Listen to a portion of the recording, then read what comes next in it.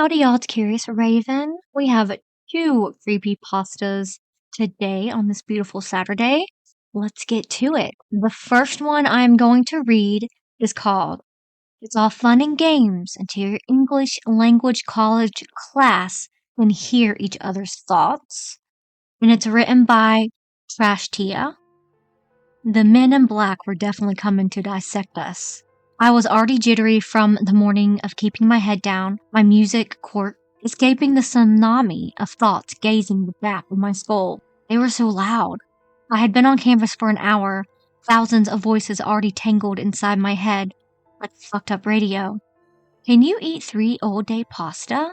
I'm pregnant. I'm actually fucking pregnant. Across the hall, I spied C.Raven, trying and failing to talk to his friends, his head ducked, jaw clenched. There was someone mentally singing the Nyan Cat theme behind him. Sierra was halfway down the hallway, her face buried in a book, but I could see her eyes twitching, lip curling. The two of them were doing their best to not attract attention to the suited men, but I knew we were screwed.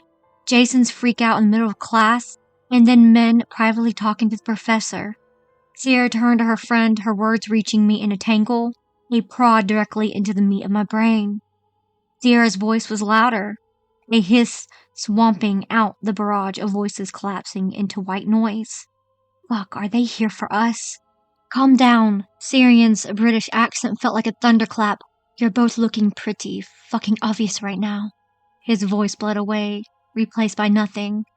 Harry Astor strode past us, and as usual his thoughts were null. His mind went deeper than oblivion. The cavern of nothing couldn't pierce through. Afflicted with telepathic abilities like the 12 of us, Harry didn't take part in the emergency meetings. He wanted nothing to do with us. Lana Duran? I jumped when a real voice cut into my thoughts. In front of me was one of the men in black. His smile was friendly enough. Would I be able to talk to you in regards to a report issued to us by your dean? The man's voice was slipping in and out of my mind, and like a barrier had been broken down in my mind. There was sudden clarity. The world around me came to a grinding halt, and all I could see was Harry. All I could hear was Harry. His thoughts, a sudden violent whirlwind slamming into my skull. Then I'll sever their limbs, one by one, head first and then legs. His head snapped up, and accompanying his voice, images of my own face, my brutal murder, bathed in scarlet. The others reduced to tangled body parts like a scattered doll pieces. I felt the prick of blade across my skin cutting into me, slicing me apart. I sensed him dragging our remnants, throwing us into a river. Lana, the voice was still speaking, and I was on my knees suffocating. Behind me, shadowy figures were grabbing Syrian and Sierra. We're going to die. Murdered by our classmate. This thing we have, it keeps going. Thinking, even after death. I think it's time we talk. That was a weird story, y'all. Creepy. I wished it was a little bit longer and it kind of got into more of a detailed backstory because it's very interesting. The next story I will read is called Things Keep Disappearing from My Apartment at Night by No Status 5845. Dear reader, after all, such stories usually begin with something inconspicuous, something insignificant, and so my story begins with the disappearance of the most ordinary things. Waking up in the darkness of my bedroom, I usually expected comfort, predictability. However, today something was off. My first step towards the kitchen to make coffee marked the beginning of a strange and unexplainable saga. The slippers that I usually took off before bed and left by the bedside were gone. Well, it's just absent-mindedness. Probably forgot where I put them. I thought, trying to convince myself. But as I felt around the floor, I realized they hadn't just casually wandered off into nocturnal darkness. And that's when suspicions arose. Walking out to the kitchen, I noticed that a vase of fresh flowers were missing from the table in the living room.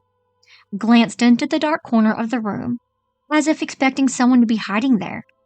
But the silence remained impenetrable. I mixed my discontented thoughts with a tired sigh, not anticipating this was just the beginning. The entire day at the office felt like a mysterious fog. It wasn't thinking about a robbery since nothing valuable had disappeared. In theory, could I have somehow lost both slippers at once? Flowers? Maybe I just don't remember waking up at night and putting them away. I don't understand. Work seemed insignificant compared to the inexplicable disappearance of household items. I paced between desks, trying to understand what was happening. My subconscious whispered that it was unusual and something was confusing. But I tried to ignore these premonitions. Returning home, I hoped the house would become my fortress. But an invisible tension hung in the room. I felt goosebumps on my skin. I remember that moment in the morning when the slippers vanished and I tried to find the explanation. But my rationality hit a wall of the unknown and I felt that this nightmare was only just beginning. My world became increasingly fragile with each morning, discovering that another piece of reality vanished along with some item from my home.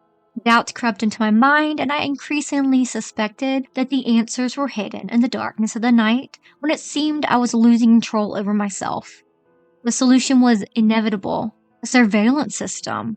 Every camera inside my apartment became a witness to this strange theater, where I was both the actor and the spectator. Night after night, I watched myself live through a stranger's eyes, trying to unravel the mystery of my own insane sleepwalking. Waking up in the morning, I began reviewing the recordings.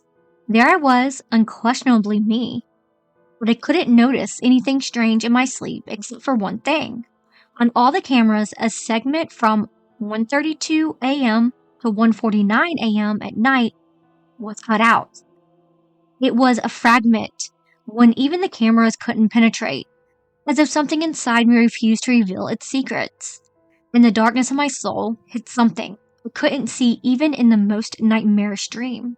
The next morning arrived. That very moment, when the first rays of light barely illuminated the room, I woke up, feeling the dampness of dusk. My heart pounded, not yet fully realizing the surrounding darkness. But in the dark corner of my bedroom, I noticed a shadowy figure, tall, slender, with long bony arms. The frightening figure stood motionless, eyes fixed on me, as if conducting a detailed analysis of every thought. The fear emanated from its presence, and I felt it creeping into my soul like icy fingers seizing me. Suddenly breaking free from the bed, I rushed out of the room, feeling the dark gaze following me. Nausea from the fear engulfed me, but I didn't stop until I found myself outside, wearing only underwear, standing on the threshold of my apartment.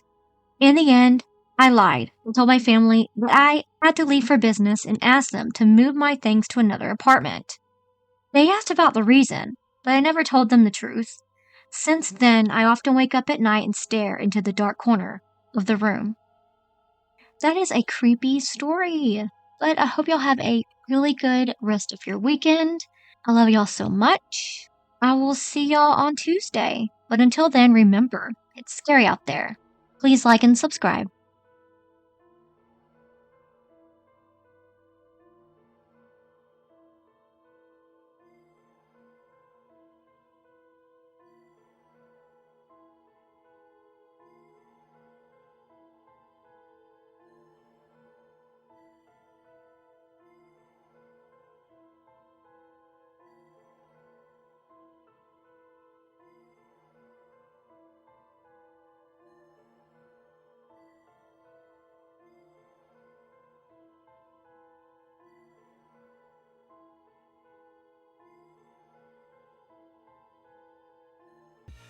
I live inside my own world of make-believe. Kids screaming in the cradles, profanities. I see the world through ice covered in ink and bleach. Cross